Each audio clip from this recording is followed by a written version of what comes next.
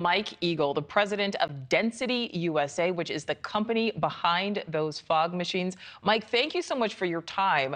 So we saw the machines on display there in that video with Evan. Talk about the strategy behind these fog machines.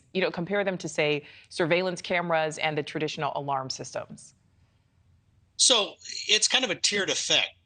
There's a study out that says that the alarms and the cameras provide about 17% effectiveness in thwarting an active crime. When you add the fog as that next layer, it becomes 97% effective. The fog is the active threat deterrent because the thieves can't steal what they can't see. And the beauty of it is that our dry, dense fog leaves absolutely no residue. There's nothing to clean up, and it's really quite affordable to fire and protect the assets. And it's safe for the inventory, safe for humans and pets and electronics. So it really is a wonderful solution for retailers to adopt. Yeah, and just looking at it rolling in there, I mean, it is, it's a little menacing, just I think because, we associate fog, but I mean, that's great because I know that would catch these thieves off guard. This has been popular in Europe. Why are we only just now starting to see U.S. businesses move in this direction? Well, there's been an issue with prior technologies.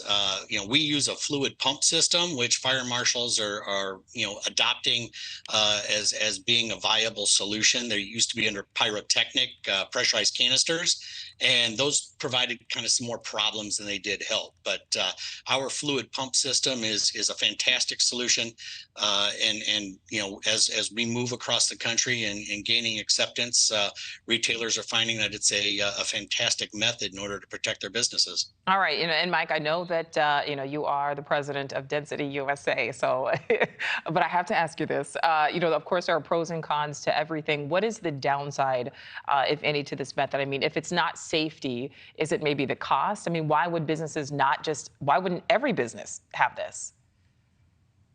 Good question. There's really no downside to it.